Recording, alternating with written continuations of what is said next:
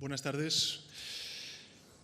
Como saben, el pasado miércoles escribí una carta dirigida a toda la ciudadanía.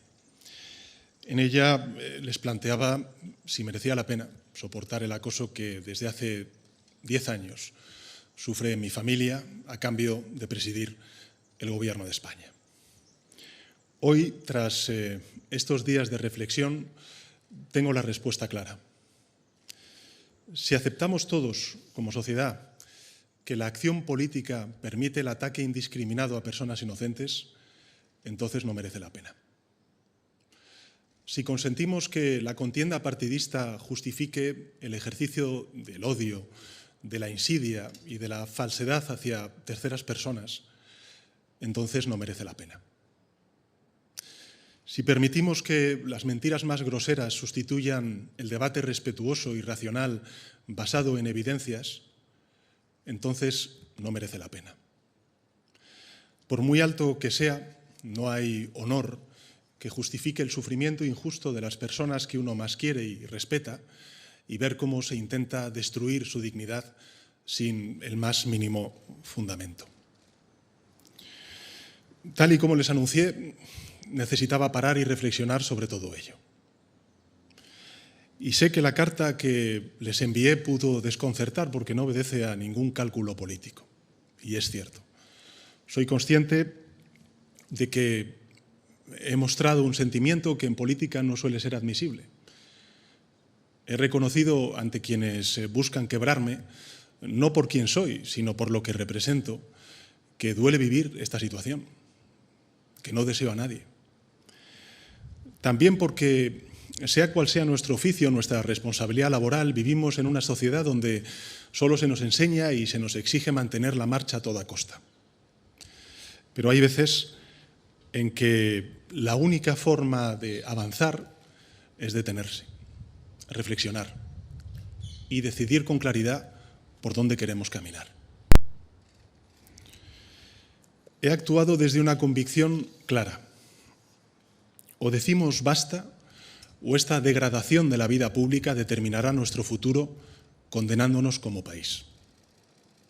Es cierto que he dado este paso por motivos personales, pero son motivos que todo el mundo puede entender y sentir como propios, porque responden a valores troncales de una sociedad solidaria y familiar como es la española. Porque esto no es una cuestión ideológica. Estamos hablando de respeto, de dignidad, de principios que van mucho más allá de las opiniones políticas y que nos definen como sociedad. Esto nada tiene que ver con el legítimo debate entre opciones políticas, tiene que ver con las reglas del juego.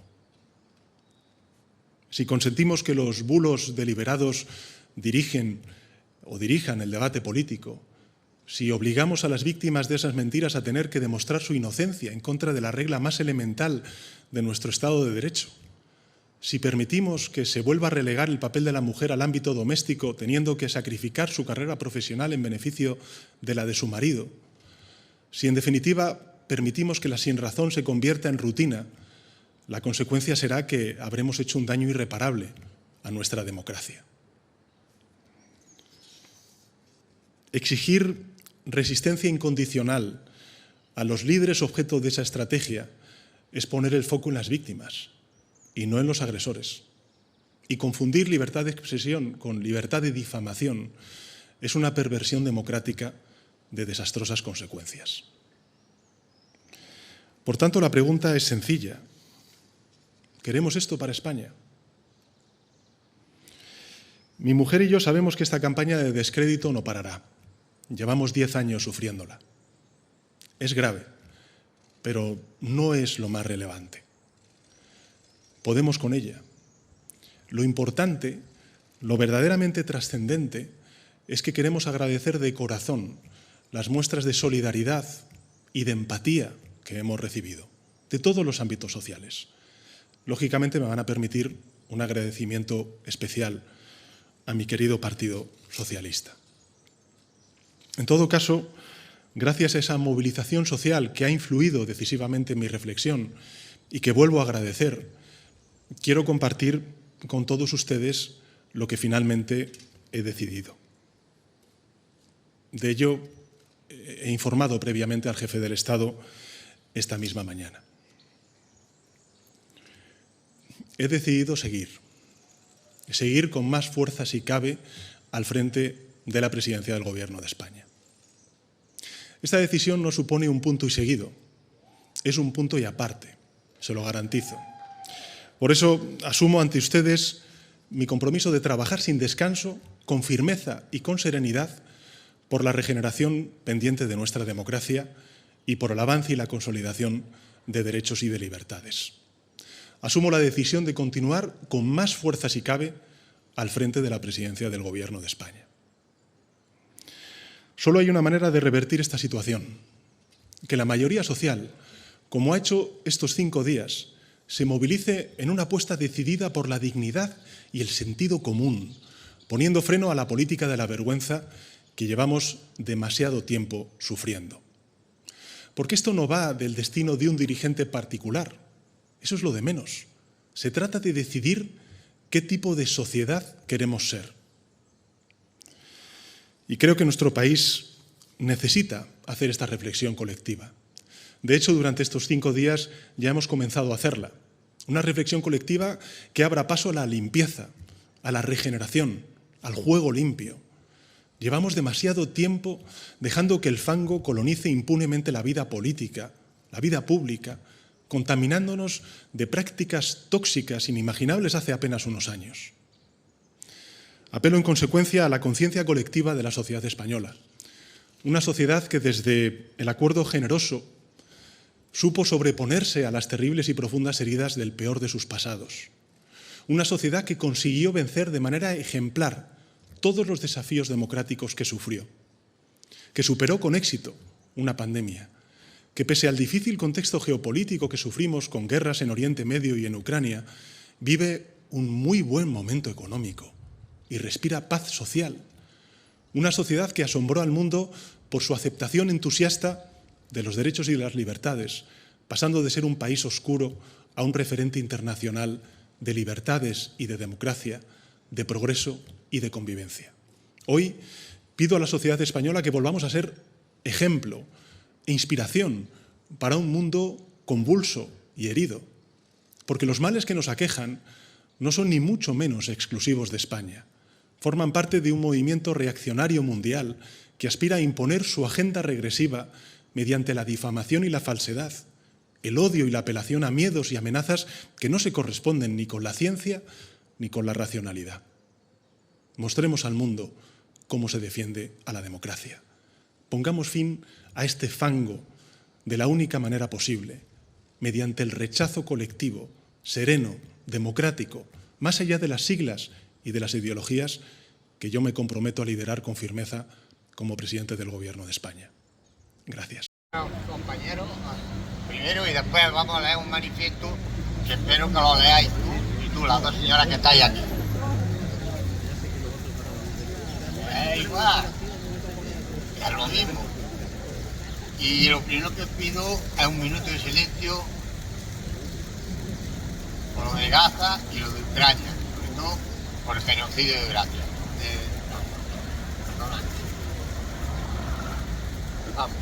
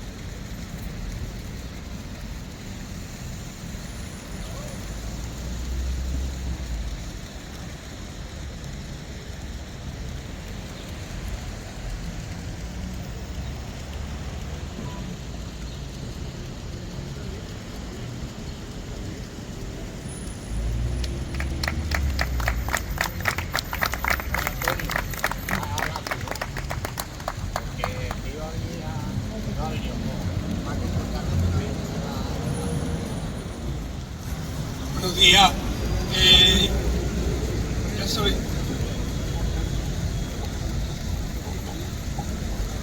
Ya sabéis, si no repito, que Ildefonso hoy no podía estar porque ha tenido que irse por ahí de viaje, y en principio estaba previsto que Juan Rubio, a quien se le entregó el manifiesto que se ha hecho a nivel estatal del conjunto de plataformas por los pensionistas, creía que iba a venir, no habrá podido. El caso es que el tema era leer ese manifiesto. ¿Ves? ¿Eh?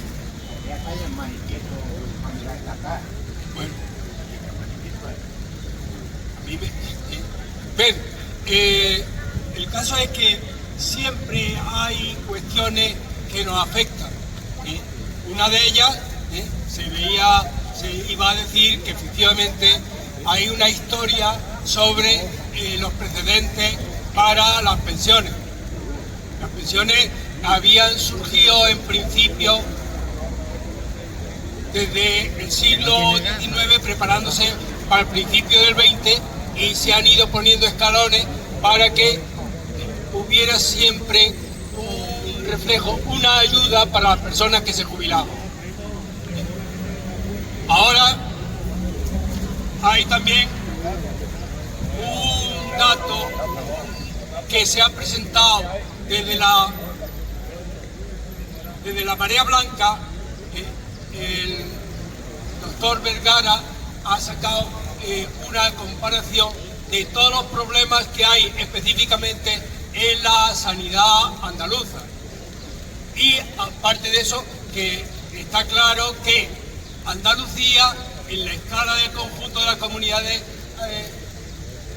autónomas, aparece siempre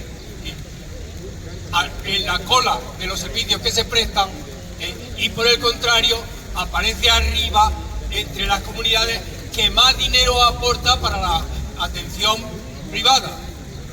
Hoy también trae la prensa un sentido de que del dinero público va a venir una ayuda del 5% para todas las personas que se sometan a una operación quirúrgica en la privada. Con eso trata de compensar más un poco el mucho retraso que tienen las listas de espera. Pero hay además otro aspecto que llama especialmente la atención en cuanto a la privatización. El otro día se reunieron las personas representantes de las asociaciones que están luchando por los adelantos y por la financiación que esperan del Tesoro Público para la renovación científica y para la mejor atención de la institución. Hay concretamente uno de ellos, se llama Instituto para el Desarrollo de la Integración de la Sanidad. Quiere que efectivamente se integren la sanidad pública y privada, porque uniendo la una con la otra se fortalece más. Lo triste del caso es que siempre cuando se unen para poner los dinero, pero no se unen para recogerlo, porque está claro que la farmaindustria, no solo en España, sino a nivel mundial, al final termina que cuando fabrican vacunas, las fabrican para vendérsela a todo el mundo, pero los dividendos al final son para cada una de esas multinacionales. Multinacionales que en el caso de la pandemia no se unen precisamente para atender a aquellos países que pueden menos, para que una pandemia que es una epidemia a nivel global se atienda, para que no haya focos de los que pueden venir el contagio al resto. No es solamente eso, sino que empiezan en su comunicado a hablar de ética. Y hablan de ética efectivamente diciendo que lo que la gente, que nos llama gente, no nos llama pacientes, lo que la gente quiere es que cuando entran a un hospital lo atiendan pronto y bien. Pero ahí entran precisamente en que haya una anticipación y una previsión. Pero en ese sentido están pensando en la entrada de la inteligencia artificial. La inteligencia artificial vendría, no sé si en el triaje que hay a la entrada de un hospital, pero fundamentalmente vienen en lo que no están atendiendo, que es la atención primaria. La atención primaria es la posibilidad de acercar el juramento hipocrático, que es el de los médicos, el de los sanitarios, a atender como personas a aquellos que van. Aquella atención que se hace desde siempre del médico que conoce a todos sus pacientes y a la familia y sabe el historial que lleva. Pero desgraciadamente ya estamos viendo que la atención primaria es el instrumento que más se está debilitando. Hablan precisamente de eso. Luego también hablan de una sociedad sana en ese momento, pero hablan de una sociedad sana porque una sociedad sana es rentable para la sociedad, porque se pone menos veces mala y yendo todos los días a trabajar se le puede explotar mejor y eso revierte para la propia sociedad. Lo dicen ellos, lo dicen ellos. Ese es el concepto que se tiene desde las grandes multinacionales que cada día crecen más y que, por ejemplo, han dejado de atender lo que era el concurso de medicina para que sea aquella industria que la ofrecen más barata, puede ser. Este se rompió en Andalucía y no se ha tomado siquiera en consideración en el resto de España. Es por ahí por donde van el plan, el programa que proponen para la sanidad del mundo. Y eso que muchas veces pues se liga perfectamente a la conquista de la democracia. Esa democracia que llega a nuevos países cuando en ciertos países lo que se está haciendo es debilitar o romper la asistencia que hay. El ejemplo máximo puede ser el de Estados Unidos. La metrópoli del mundo de Occidente está claro y asegurado que allá, si te pones malo, o te arruinas o te mueres. Y ese es el tipo de sociedad que nos ofrecen al conjunto. Entonces, cuando dicen que le da igual al enfermo que lo cure, que se cure por la iniciativa privada o que se cure por lo público, lo que están pidiendo explícitamente es que no haya ciudadanos pacientes, sino que haya esa masa informe que se traga todas las propuestas que hay al respecto. Este es un poco concretamente lo que están ofreciendo y a veces lo adornan con ética. La ética del capital, del yo te compro y tú te vendes, esa es fundamentalmente lo que nos espera en el conjunto. Esto, ya digo, hay una serie de datos que el doctor Vergara ha puesto y que esta mañana no he podido anotar, pero en fin, lo que sí he hecho es recoger las principales ideas que ha repartido esos dos sociedades que se han unido para pedir que el dinero público se una al privado para que el comercio llegue a todo el mundo y los beneficios a los de siempre.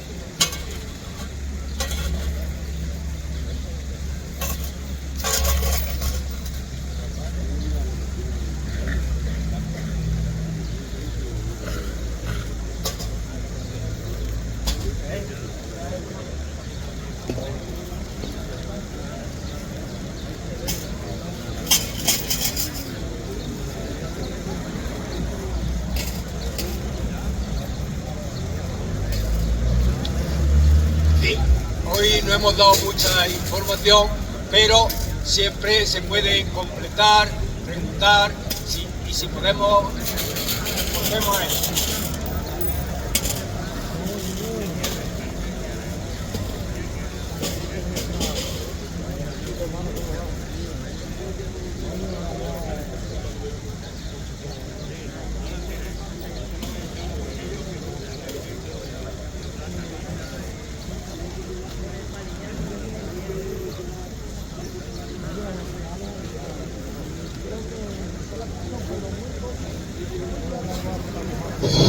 Si alguien quiere decir algo, que pida la palabra.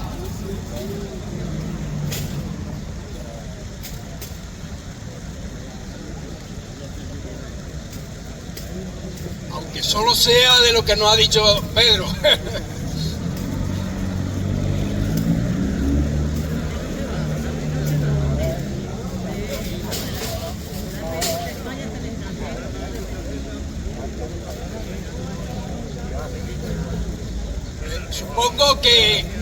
Supongo que no solamente el presidente se ha parado a pensar. Vendría muy bien que el que se supone que está por encima ha pensado algo, y en estas situaciones se gane el sueldo, que es excesivo, o no sé, o no lo haya aumentado más como su padre.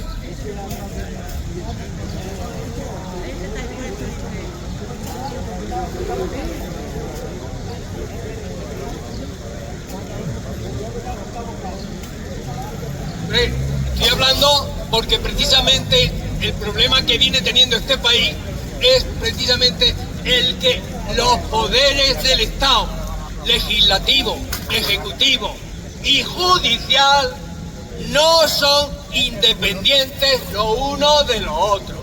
Y esa es la ocasión del arbitraje que tendría que hacer el jefe del Estado, y no se ve, y que cuando lo hace, pues siempre felicita sobre todo al Poder Judicial.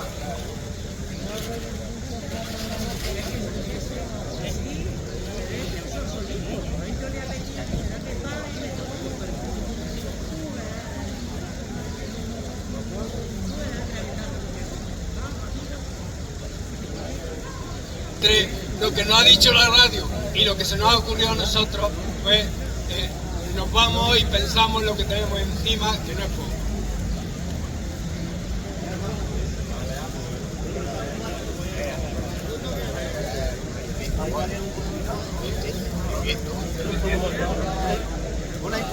Perdonad un segundo, una información.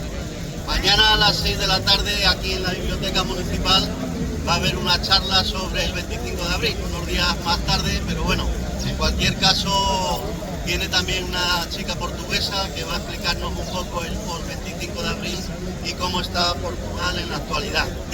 Enlazo esto de Portugal con el episodio que hemos tenido de Pedro Sánchez, lo del lawfare, ¿no? Sabéis que allí en Portugal el Partido Comunista, el Partido Socialista tenía mayoría absoluta, pero se inventaron una acusación contra el presidente del gobierno y dimitió. Y el presidente de la República, en vez de decir, bueno, que siga el partido que tiene mayoría absoluta, que es lo normal, como es un presidente conservador, lo que hizo fue repetir elecciones para aprovechar ese clima que había corrupción y que la derecha ganase. Es decir, esto no es un tema solo de España, sino que es una ofensiva de todos. Cuando Antonio ha dicho que los tres poderes son los poderes, desgraciadamente por encima de esos poderes tenemos la gente que realmente tiene el poder de influir en la gente, los que dominan los medios de comunicación, los que dominan las empresas, los que dominan la banca. Hoy se han conocido los beneficios de Unicaja y del Banco de Bilbao, como nunca, y se están quejando y diciendo, oiga, no me apriete usted más impuestos, cuando necesitamos es que se incrementen los impuestos para poder satisfacer las necesidades de la gente, poder crear empleo, poder mejorar la sanidad, poder mejorar la educación. No hay médicos, pero porque no se les quiere pagar, no se les quiere contratar. Y esos poderes están por encima, desgraciadamente, del gobierno, de los ayuntamientos, de las comunidades. Y es contra esos poderes que tenemos que mostrar nuestra solidaridad y nuestra unidad, y querernos entre nosotros y tratarnos bien. Bueno, hablaremos de eso y de algunas cosas más, ¿vale? Buenas. Habíamos preparado, como viene el 1 de mayo, habíamos preparado un manifiesto referente al 1 de mayo. Voy a leerlo ya que la señorita y la señora no quieren, pues lo leeré. El 1 de mayo y la defensa de las pensiones públicas. El 1 de mayo vamos a rememorar las luchas del movimiento obrero a lo largo de los años para exigir mejoras en las condiciones de vida de la clase trabajadora y las clases populares. con el objetivo de construir un estado de bienestar que garantice una protección social y unos servicios públicos que permitan una vida con dignidad y derechos. Los derechos de los trabajadores no ha sido una concesión de los capitalistas o de los diferentes gobiernos que a lo largo de la historia han dirigido los designios de los países. Ha sido fruto de una secuencia de conquistas a base de luchas y movilizaciones que han dado como resultado las condiciones de trabajo y los sistemas de protección social en que actualmente se desarrolla la vida de las trabajadoras y trabajadores. A finales del siglo XIX, con el acelerado desarrollo industrial en España y la creciente mecanización, se produjo un importante aumento de los accidentes de trabajo que dejaba en total desamparo a los trabajadores y sus familias. Se comienza a hacer cajas de solidaridad entre los trabajadores de empresas y gremios, a la vez que se originan movilizaciones con exigencia de paliar estas precarias situaciones de los trabajadores. Esto cristaliza el año 1900, con la promulgación de la Ley de Accidentes de Trabajo. Posteriormente, en el 1908, aparece el Instituto Nacional de Previsión, con aportaciones de las empresas y del Estado, que integran las cajas que gestionan los seguros sociales que habían sido surgiendo. En los años posteriores a la Primera Guerra Mundial, la patronal y las clases adineradas acumulan un ingente beneficio gracias a la neutralidad española, que no se traslada a las condiciones de vida de la clase obrera, originando un periodo de complicidad laboral desde 1917 al golpe de Estado del Primo de Rivera en 1923. Un acontecimiento muy importante en este periodo que se encadenó la conquista de mejores condiciones laborales y protección social. Fue la denominada huelga de la canadiense, que comenzó en 1919 con una huelga de esta empresa eléctrica de Barcelona, a la que la patronal respondió con despido de trabajadores. En lugar de sofocar el conflicto, lo extendió, originando una huelga general solidaria de más empresas y más sectores, que paralizaron Barcelona durante 44 días. La represión fue brutal, pero ante la posibilidad de que la huelga se extendiese a todo el país, se alcanzó un acuerdo general que afectaba a todos los trabajadores. Fue aprobado y firmado por el rey Alfonso XIII en abril de 1919. El decreto de la jornada de 8 horas. Posteriormente se regularon otros mecanismos de protección social, como el seguro de retiro obrero. También en 1919 se regulaba el inicio de alguna protección para la vejez o jubilación y el seguro obligatorio de maternidad en el 1923. Después de la dictadura de Primo de Rivera, en 1931, con la Primera República, se implantó el seguro de paro forzoso para cubrir las situaciones de desempleo. Se convierte en obligatorio el seguro de retiro obrero y se regula por primera vez el concepto de vacaciones pagadas con un permiso pagado de 7 días.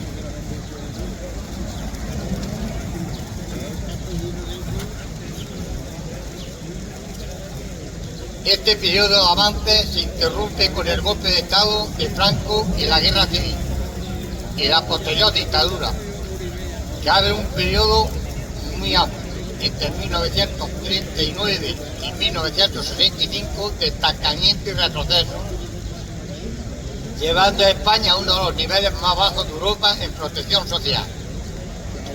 Hay que esperar hasta mediados de los años 70 para que con las movilizaciones y organización clandestina de los trabajadores, porque estaban prohibidos los sindicatos, unidos a un cierto aperturismo del régimen tardofranquista, se comience a conseguir mejores condiciones laborales y en los sistemas de protección social. Se promulga en 1963 la Ley de Base de la Seguridad Social, que cristaliza en el 1966 con la Ley General de la seguridad social, con la creación de un sistema unitario de protección social que recoge todas las contingencias de la vida de los trabajadores: desempleo, accidentes, enfermedad y la jubilación o vejez, con una base financiera de reparto, con gestión pública, participación financiera y gestión del Estado. Como vemos, la situación actual ha sido consecuencia de mejoras conseguidas con lucha y movilizaciones, periodos de estancamiento y también retroceso. Por estos motivos del movimiento pensionista, como trabajadores que fuimos y jubilados actuales, queremos alertar de un gran peligro que se tiene sobre el sistema público de pensiones. Tras la aprobación del Gobierno en junio de 2022 de la Ley de Fomento a los Planes de Pensiones de Empleo de Empresa, que entró en vigor en 2024. Esta ley pretende fomentar desde el Estado la constitución en las empresas o sectores de difusión de estos planes de pensiones mediante el acuerdo de la negociación colectiva, con el argumento que será un complemento a la pensión pública. Sin embargo, la forma que se aplica consiste en que una parte de la subida salarial que deberían tener los trabajadores se destina a ese plan, que a pesar de ser un impulso y fomento público, lo gestiona una entidad financiera privada. La cantidad destinada al plan no se consolida en el salario y no cuenta para el cálculo de subidas salariales posteriores, y tampoco pasa a formar parte de la base de cotización del trabajador. Con lo cual, cuando se jubile, su pensión pública será inferior a la que tendría si esa cantidad se cotizara al sistema público de pensiones.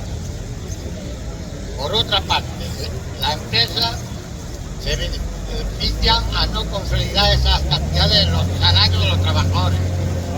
Se ahorra en cotizar la seguridad social y se puede descontar el 10% en el impuesto de sociedades. Las entidades financieras y los altos directivos que gestionen estos planes obtendrán un importante beneficio procedente de las comisiones de gestión y de la transferencia de una parte de las cotizaciones de los trabajadores, que antes estaba gestionada por el Estado y ahora pasa a formar parte de su negocio.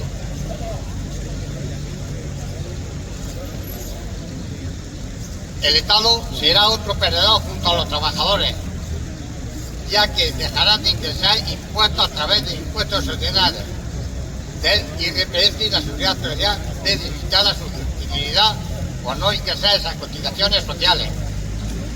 En el sistema público de pensiones no existe el riesgo individual. Garantiza una pensión prelimitada, acogida a unas normas legales y garantizada por el Estado, mediante un sistema de reparto que asegura equidad sobre lo aportado, la solidaridad y actúa como mecanismo de cohesión social comunitaria, que no excluye a nadie. En cambio, en los planes privados de pensiones, aunque se denomine empleo o empresa, tiene un carácter individual y de capitalización de las cantidades aportadas, en la que el único fijo son las aportaciones que se realizan en nombre del trabajador, pero no se garantiza una cantidad de prestación a la hora de jubilación. Puede variar en función de las buenas o malas inversiones que realicen las entidades financieras, gestoras del fondo, e incluso perderse, como va a pasar en algunos fondos de algunos países, ya que no están garantizadas por el Estado. Por lo tanto, en este 1 de mayo, pensionistas y trabajadores actuales debemos exigir al Gobierno que derogue la ley de fomento del plan de pensiones de empleo o empresa, que pretende caminar hacia un sistema de pensiones mixto, con una pensión privada de empresa que en ningún caso sumada llegaría a la cuantía de las pensiones públicas actuales, y menos en los casos de los trabajadores más desfavorecidos o empresas más pequeñas y menos potentes o con salarios más bajos. También extender la exigencia de las centrales sindicales para que no avance la Diputación implantación de estos planes de pensiones de empleo, acordados en los convenios colectivos, como ya les han dicho con la firma del 6º convenio colectivo estatal de la construcción, que limitará el sistema público de pensiones y ocasionará unas pensiones públicas más bajas y menos garantizadas para los trabajadores actuales. ¡Viva el 1 de mayo! ¡Viva! ¡Viva la clase trabajadora! ¡Viva! ¡Gobierne quien gobierne! ¡Gobierne quien gobierne! Lo voy a decir ahora, hay una exposición de cuadros de Palestina ¿cómo se llama? En el bar El Capricho. Si podéis pasar, está muy bien la exposición que se ha hecho. Son de lo que pasa en Palestina. Si podéis ver los cuadros, están muy bien. De todas maneras, en la calle Segunda. De todas maneras, el domingo va a haber aquí la exposición, va a estar aquí el domingo y se va a vender, que se han hecho copias de las láminas que se van a vender aquí. Yo no voy a estar, pero sí van a estar aquí los compañeros y lo van a vender y poder verlo aquí en el paseo. Si alguien tiene algo que decir, pues pediría la palabra, y si no, que calle para siempre.